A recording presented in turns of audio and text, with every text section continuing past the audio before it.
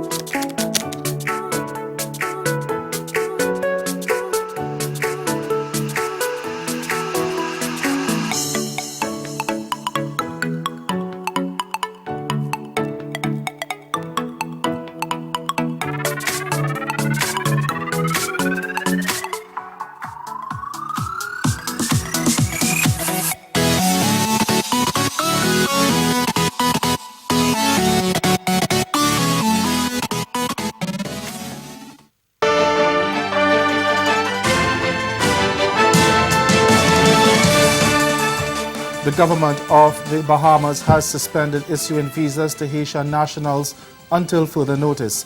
In a short statement yesterday, the government said it was due to current technical and other challenges, but did not elaborate. It added that the suspension would not affect Haitian nationals who are officials, diplomats or holders of a US, UK, Canadian or Schengen visa. The statement was published just days after Haiti's Foreign Affairs Minister Brochet Edmond said a corruption probe revealed unacceptable situations and wrongdoing at Haiti's embassy in the Bahamas. But the Tribune newspaper quoted the Bahamas Foreign Affairs Minister Darren Henfield as saying the visa suspension is not connected to that issue. He said the ministry discovered problems on its own after reviewing how visas were issued, and he said he hoped the matter can be resolved quickly. Public officers in Trinidad and Tobago have come in for strong criticism from Prime Minister Dr. Keith Rowley. Addressing the handing over of 200 new motorcycles by China to the police service, he charged that many public officers do nothing but make the most noise when their pay is late. Rowley is lamenting low standards in the public service. I distinctly recall when I joined the public service, at a time, a long time ago, when the public service was really the public service. Every officer like myself, having been attached to the public service, you were given a diary. And in that diary, every day, you had to record your movement and your actions. And at the end of the month, that diary was taken by the manager of your department, perused, and that is when it was determined what you had done, what was owing to you for traveling, and of course, you had to account for absences if there were any. He said that with that system, someone was in charge and there was a written record of the performance in the public service. Some people sometimes believe that those systems were too tedious and too old-time-ish, and they have been removed and they have been replaced with nothing. And in that free-for-all, the quality of the service has deteriorated no end. That report from TV6's Joel Brown. Jamaica's Prime Minister Andrew Holness is defending his administration's record on addressing poverty. He was responding to opposition claims that the governing Jamaica Labour Party was not doing enough to improve the lives of residents. We get more in this report from TVJ News. Things are heating up in the political arena and issues affecting the nation are taking center stage. Poverty has resurfaced as a hot topic button. Given new data in the survey of living conditions, it showed the poverty rate increased by 2.2% in 2017. The opposition has blasted the administration for ignoring the plight of the poor. In response, Mr. Holness pointed to the PNP's 18 years in government, suggesting that very little had been done. Why should we now believe that having given them a vacation, that they have learned? As for the Holness government's approach to improving the lives of citizens, The only time that you see me talking is when I am opening something handing over a house, breaking ground, signing a contract for something to be done, opening roads, or opening bridges. One by one, inch by inch, project by project, improving the quality of life of the people of this country, moving the people from poverty to prosperity. And stay with us, your Midday Sport is next.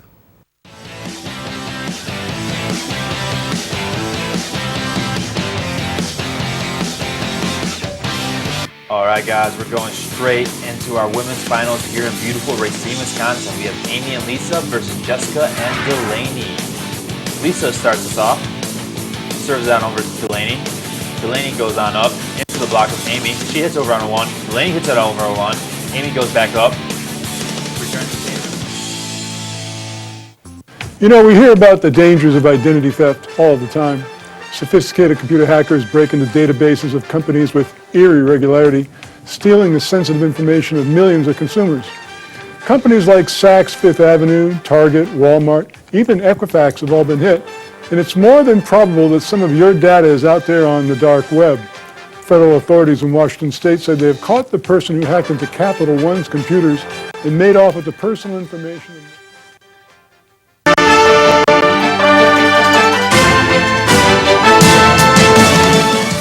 Quick wickets from fast bowlers Kimar Roach and Shannon Gabriel gave West Indies a strong start in the first test against India in Antigua today.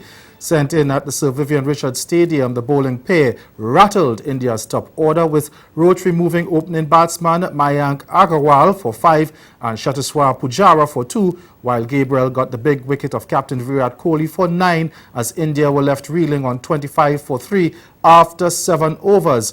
But KL Rahul came back to the crease and built back India's momentum before the stroke of lunch. Rahul scored an unbeaten 37, while Ajinkya Rahane went on lunch on 10, leaving India on 63 for 3 from 24 overs. Now let's take you over to Antigua for the second session of the first test. This one's full again, but well fielded from mid-off. Yes, in the Ashes test, Jofra Archer, 3 more wickets, Sonny. Certainly is a find for England, thanks to West Indies. And Labuschagne got 51, not out. He was the substitution last week, concussion substitute. I don't know about you, Sonny, but I'm not in for this at all, a substitute just because you concuss. I think you either have them for every injury or no injuries whatsoever.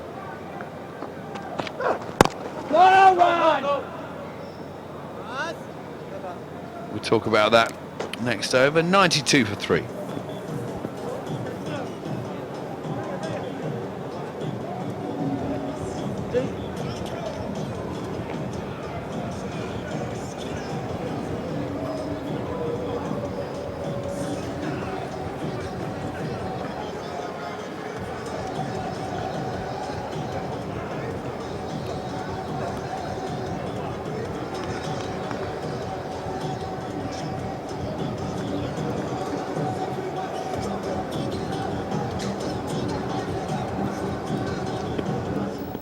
And there you have it, India on 92 for 3. That's Rahul on his, he will make 50. He's about to make 50. He's on 44. And we'll give you much more action of the first test in Antigua. That's Caribbean in 10. Join us again at 6:30 for Caribbean Newsline. Until then, good afternoon.